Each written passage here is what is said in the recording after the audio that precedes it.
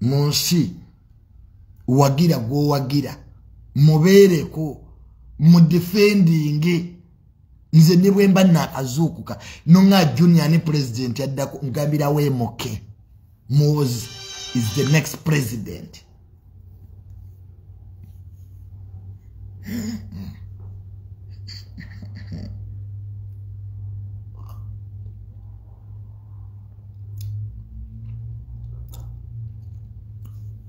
So sami engeri gye wasekerera abafu n'abalwadde.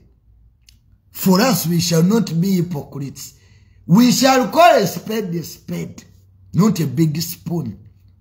Nze junior embwanji itambwa. So nawulira ne junior n'ovuma omulwadde omuli w'enkwe yawulamu ebika n'abalwadde balinamu ebika. There are people who fall sick genuinely. Those need help.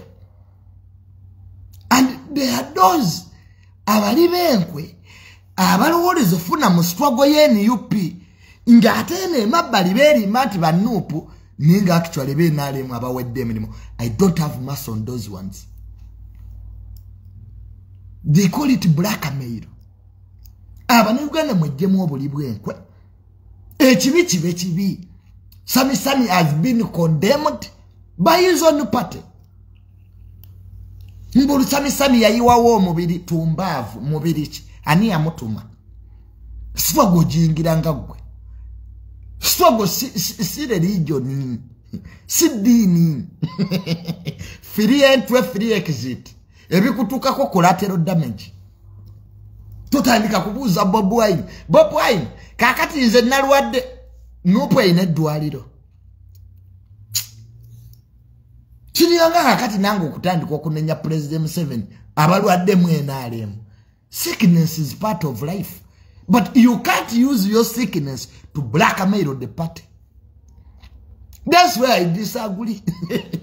Nti oja kozesa obulwadde bw'obweyambise okublackmailinga party yo. Nange tambale wendi ndi mulwadde I didn't work. I'm sick.